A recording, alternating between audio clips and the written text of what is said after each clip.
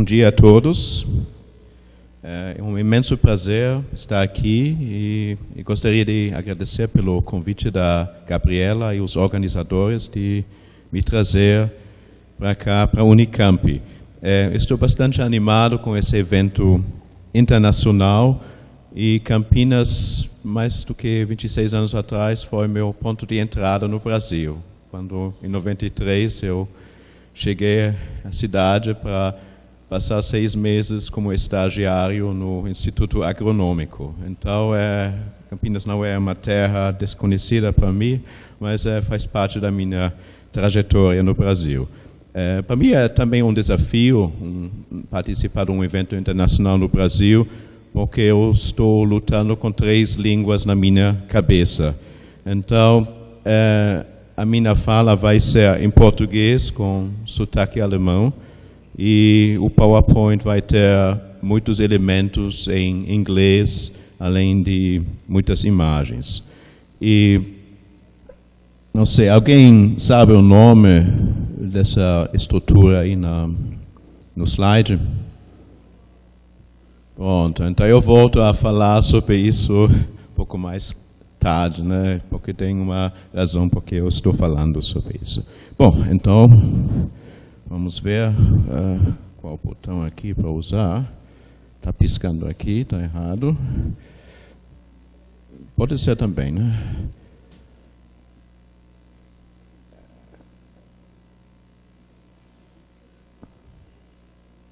Não vai explodir não, né?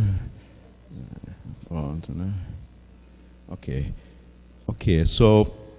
antes de começar, eu queria contar um pouco sobre o meu próprio contexto. Eu não sou especialista, né, na área de geografias da juventude. Eu me autoclassifico como geógrafo cultural e faz bastante tempo que eu ensino cartografia. E eu posso dizer que na minha ficha eu tenho uma passagem pelo Brasil de mais ou menos 20 anos. Eu não sei se é um crime ou não, mas... então, como o Rafael já anunciou, meu interesse é nas relações entre mapas e sociedade. E como resultado, né, eu tenho muito interesse nas metodologias cartográficas. E não é essa cartografia que a gente pensa que é a cartografia, mas não é uma ideia de repensar mapas, né, e ver isso num contexto diferente, né, sobretudo na cultura. Então, eu estou muito interessado em formas alternativas de pensar, perceber e representar espaços e lugares, inclusive na educação cartográfica, mas eu quero mostrar aqui no meu apelo, né, nessa fala, né, que isso vai além da educação formal, mas também entra no cotidiano de pessoas jovens. Né? Então, além das metodologias visuais propostas, como você vê aqui, né, tem um livro da Gillian Rose, que já está na 4ª educação, Metodologias Visuais, e ela fala da análise de materiais visuais. Mas a minha proposta vai além disso, não apenas, né, analisando o que jovens produzem, que eles desenham, como se comunicam, mas também produzir cartografias. Então, são 2 partes. Por um lado, né, são cartografias de crianças e jovens, mas, por outro lado, também é como nós mesmos visualizamos ou podemos visualizar esses resultados.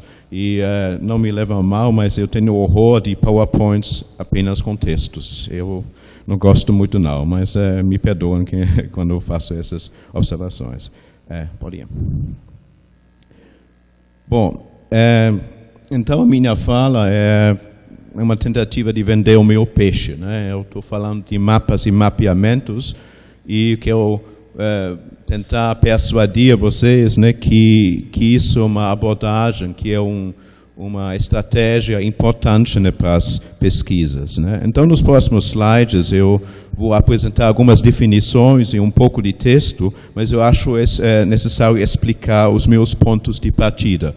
Porque, de certa forma, o que eu estou fazendo aqui é desconstruir a ideia do mapa como é conhecido na sociedade. E sem essa desconstrução, a gente não vai ser capaz de usar isso como uma estratégia, como uma metodologia de pesquisa, né? Então, de certa forma, eu faço um convite a uma poética cartográfica, se vocês quiserem. Por isso eu gosto de colocar essas cores diferentes, né? Então, se vocês não querem escutar que eu falo, né? Olha nas cores e nas imagens na tela, né? Que a gente também aprende muito com isso, né? Então, o meu propósito é refletir sobre o uso potencial de representações cartográficas no sentido mais amplo possível em estudos com e sobre a juventude. Então, o meu foco não está em questões metodológicas, está em questões metodológicas, não técnicas. Então, é mais como mapear, como fazer mapas, como trabalhar com isso, né? E em fundamentos teóricos, não epistemológicos. Então, eu não vou aperrear vocês com filosofias e epistemologias, mas é mais com ideias de repensar a ideia do mapa. E o intuito disso é estimular o mapeamento entre a gente, né, e encorajar práticas de mapeamento em pesquisas empíricas. Sim, então, para dar início a isso, né, os processos de mapeamento e de fazer mapas podem ser considerados traduções poderosas, através das quais não refletimos apenas sobre textos, mas também sobre os contextos e suas relações e implicações geográficas e cartográficas. Os mapas não devem ser concebidos como meras representações, mas também como traduções e diálogos que nos ajudam a vincular cultura material, discurso e formas performativas de entender a realidade. Então, a metodologia como diálogo com jovens. Eu não vou dar uma aula de cartografia, mas eu acho necessário dar algumas definições rápidas. Então, mapa, né, para mim, seria uma representação gráfica, não necessariamente cartográfica, que facilita o entendimento espacial de coisas, conceitos, condições, processos ou eventos no mundo humano. Então, essa definição é muito mais ampla do que as definições do dicionário de mapa. E, ao mesmo tempo, até inclui a gente, né? Nós também somos mapeadores em potencial e nós somos capazes de mapear. Embora muitos cartógrafos não concordem com isso, mas eu não estou preocupado com isso. Eu não vou ler todo esse poema de definição do Dennis Koskov. Eu acho que eu já usei em pelo menos 2 dúzias de apresentações, porque é uma das minhas citações que tem mais poder, que me inspiraram mais. Então, eu falei de mapas, mas o foco, na verdade, é em mapeamento. Eu vejo isso não como um produto, mas é um processo.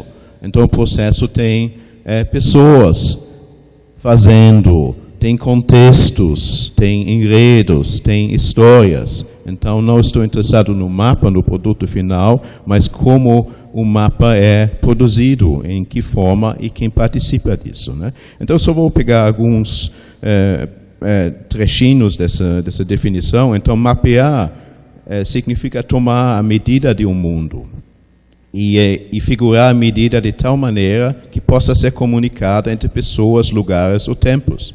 Então, essa medida não é necessariamente cartesiana, não é necessariamente quantitativo, matemático, né? Mas também pode ser uma medida espiritual, político ou moral, né? Pensem, por exemplo, no mapa mundi do Donald Trump, que acho que não tem muita matemática, mas tem com certeza muitos valores políticos e morais, no mínimo, questionáveis.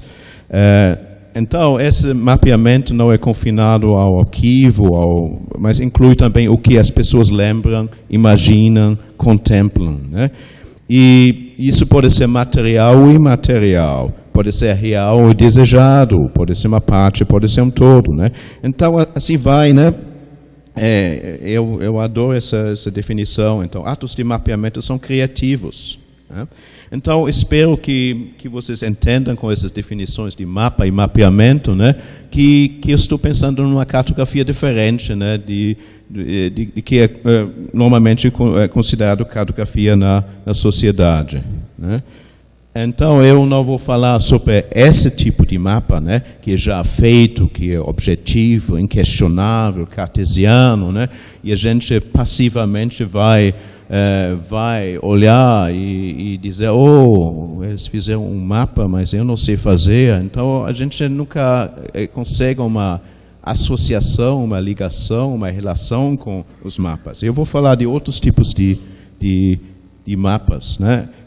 Não significa que o mapa que eu mostrei no slide anterior não presta. Claro que presta, pode ser um ponto de partida, né? Então, isso aqui, né, algo que eu fiz alguns 10, 15 anos atrás, né, usando o mapa convencional como recurso para memória, né, para criar uma biografia espacial. Então, eu voltei para o meu lugar de infância, e faz 20 anos que eu não passo na Alemanha, me lembrando dos lugares, né, que eram referências espaciais. Né? Então, comecei a me lembrar da minha escola, me lembrar do campo de futebol e outras balizas no tempo e no espaço. Né? E se a gente não tiver um mapa, não foi não.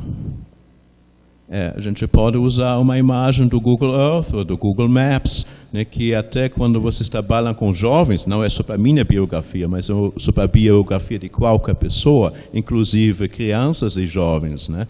Então, podem usar uma imagem, né, para... e em algum canto aqui, eu não enxergo muito bem, mas tem a casa dos meus pais. Né? Mas, então, já cria uma certa afinidade, um certo afeto com isso. Né? Então, eu fiz isso, né? Eu faço isso todos os semestres, né, no meu curso de cartografia na universidade, que a primeira tarefa dos meus alunos é escrever a sua biografia espacial. Né?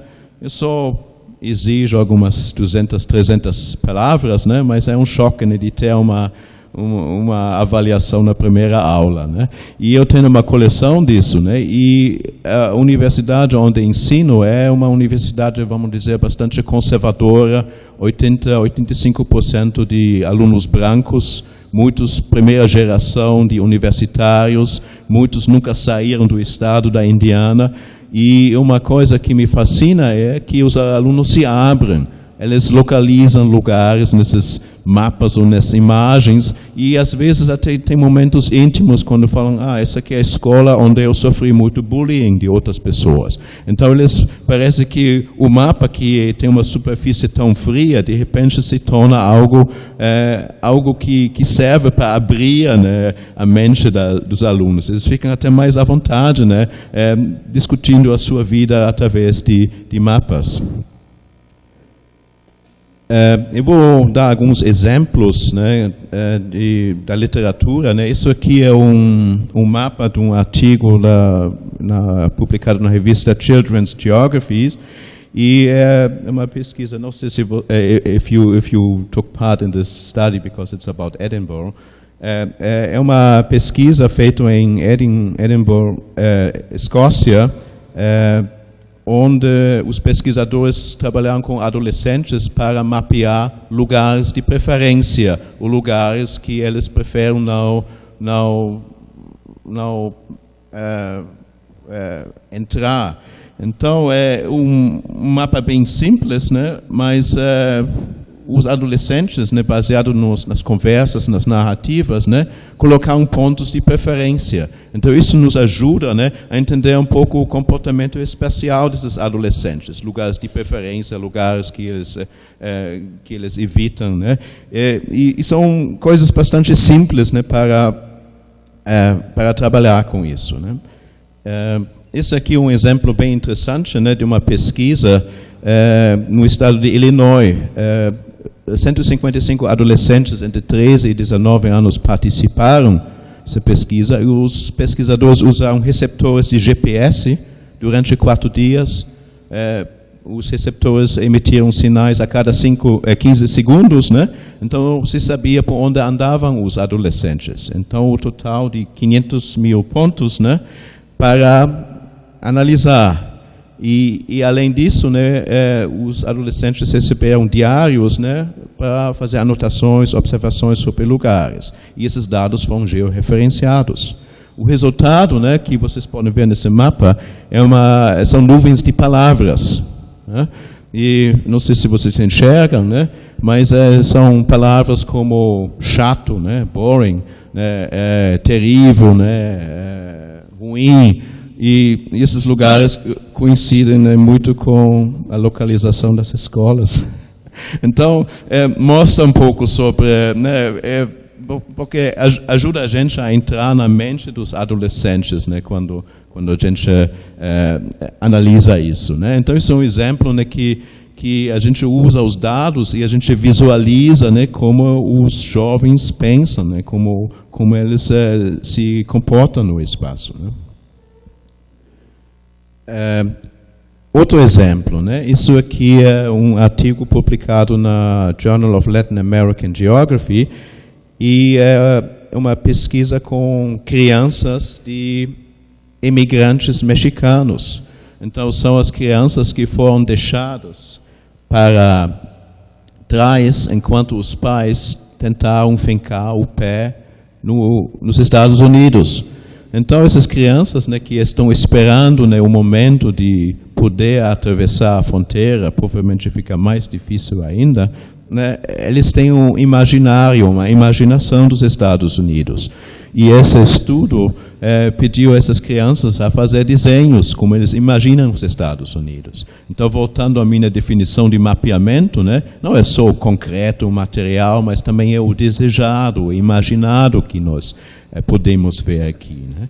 E é muito fascinante, né, como eles concebem, né, as diferenças entre os Estados Unidos e o lugar onde eles estão no México. Outro exemplo, isso é um projeto, né, dos anos 80, 90, né, com o título Visões Paroquiais do Mundo. Né? Um pesquisador americano de origem finlandesa trabalhou com 71 universidades em 52 países e coletou quase 4.000 mapas mentais, como os estudantes perceberam o mundo. Então, à primeira vista, vocês vão dizer, nossa, que vergonha, quem é o professor de geografia? Né? Mas, na verdade, se vocês olharem um pouco mais nos detalhes, isso cria uma visão de mundo, né? No sentido, o que eles entendem de política, de geopolítica, e também que lugares ficam na sua mente, né, e que outros lugares que não ficam na sua mente. Né? Então, muitas vezes aparece a Groenlândia, mas qual a importância da Groenlândia no cenário mundial? Provavelmente não muito grande, né, posso julgar. Né? Então, o que eu mostrei a vocês, né, que são, na verdade, duas partes, né, desses mapeamentos, né? Por um lado, né, é o mapeamento, ou mapas, né? Então vocês podem usar os dois termos, né? Por jovens, né? Então a autoria é dos jovens, como no caso desses mapas mentais. Mas o mais difícil é para nós, né? Que a gente pega as informações, as narrativas, grava, analisa, né? Mas será que a gente não pode usar um método mais visual para processar essas informações? Né? Como, por exemplo, o Jada, que trabalha com seus mapas vivenciais, né? que isso é uma ideia nessa direção. Então, eu vou dar mais alguns exemplos, né? Já que eu participo muito dessas discussões. Esse é um mapa do concurso internacional de cartografia por crianças, né, que é da Associação Internacional de Cartografia, que é um concurso que é realizado a cada 2 anos e tem dezenas de países participando, né, e o banco de dados está online. Então, vocês têm milhares de mapas, né, com esses desenhos bonitos. Então, você vê aqui um desenho, não consigo ler de quem é, o mapa da... Diga aí.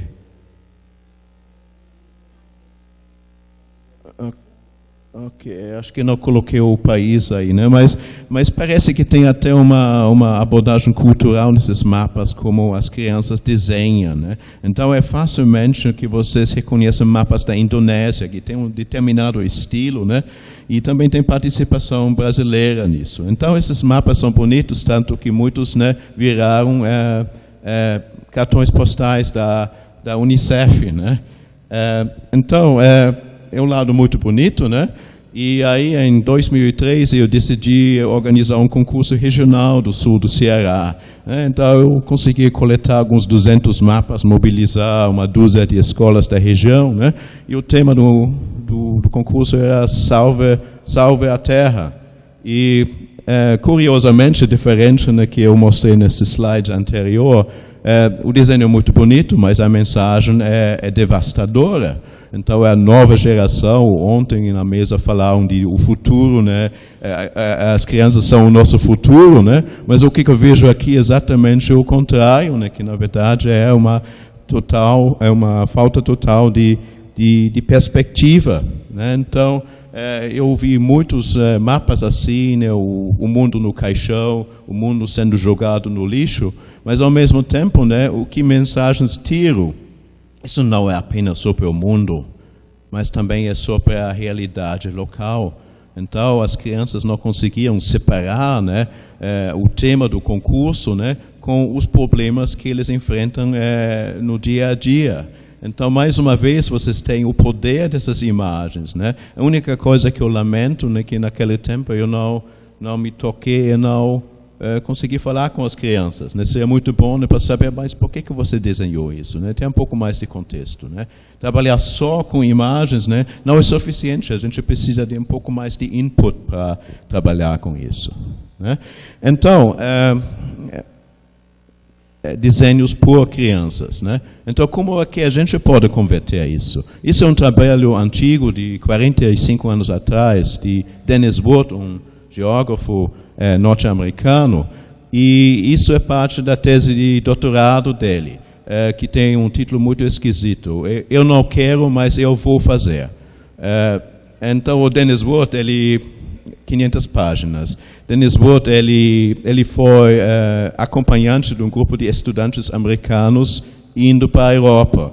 E para a tese dele, ele coletava mapas mentais, como os adolescentes imaginaram as cidades, né, na Europa, como Roma, como Londres, como Paris, né?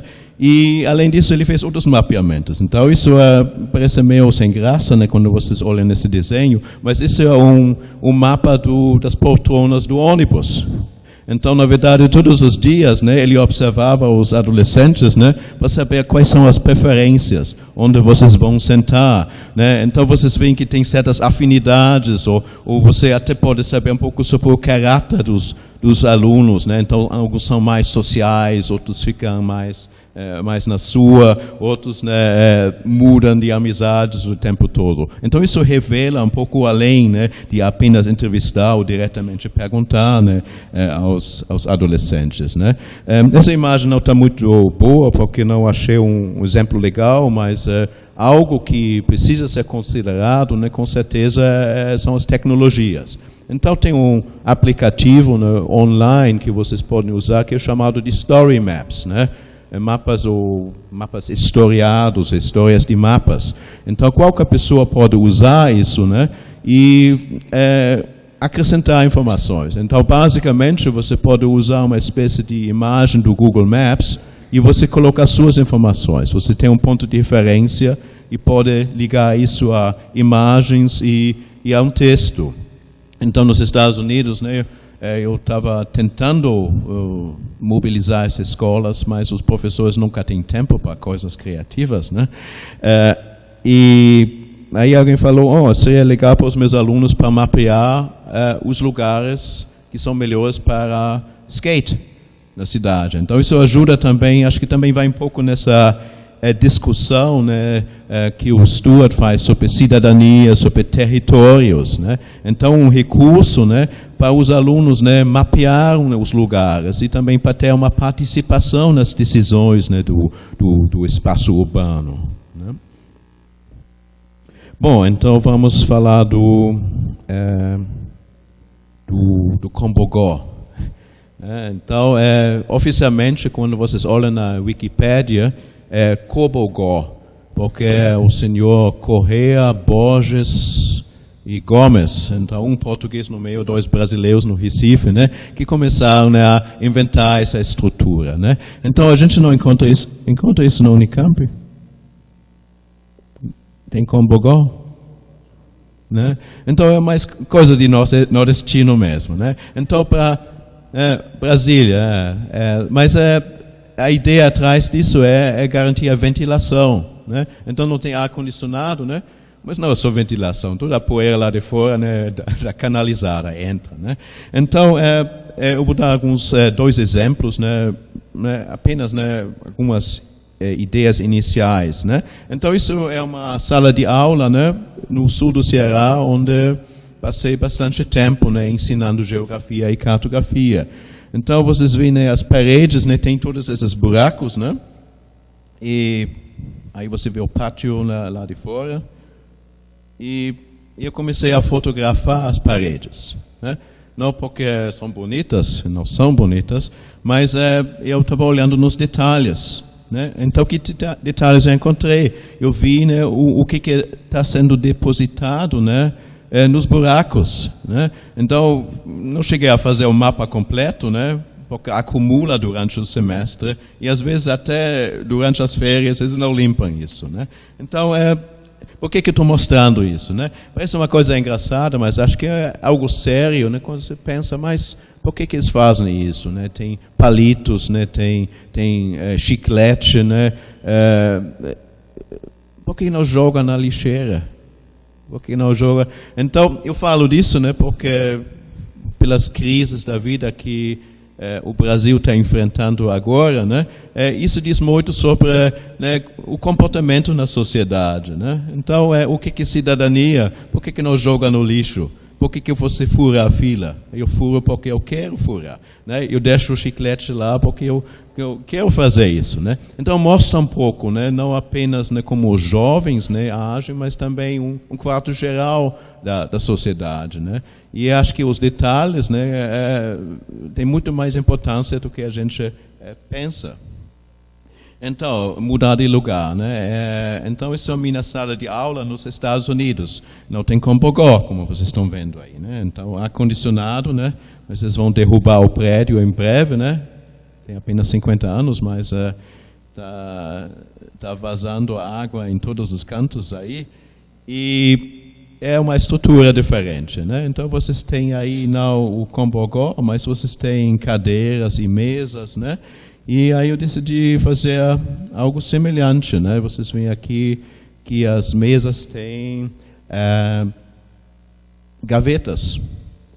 Então, no final do semestre, eu decidi olhar um pouco embaixo das mesas e das cadeiras e ver que tem dentro das gavetas, né? Então, o que vocês ficam encontrando aí, bilhotando nas gavetas, né? Então, encontrei mensagens, né? Até não pareceres não muito favoráveis às minhas aulas, né? Ou de colegas, né? Às vezes são mensagens, né? Um pênis erecto, então tem um montão de coisas, mas esses são, né? Por um lado são mensagens escondidas, né? Até, né? É interessante estudar as paredes dos banheiros, né? Que também, né, revelam muitas ideias, né?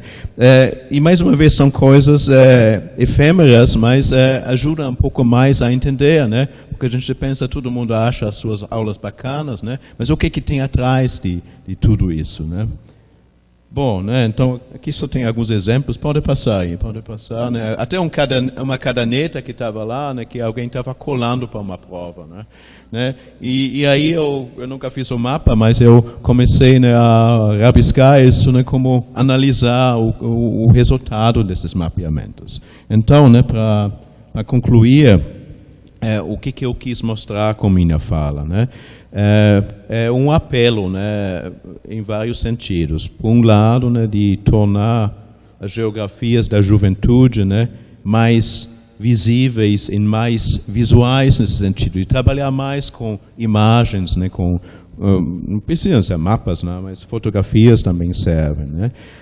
Ao mesmo tempo, né, iniciar ou ampliar um debate sobre estratégias e tecnologias usadas, né, nas geografias da juventude. Isso também inclui a internet, né?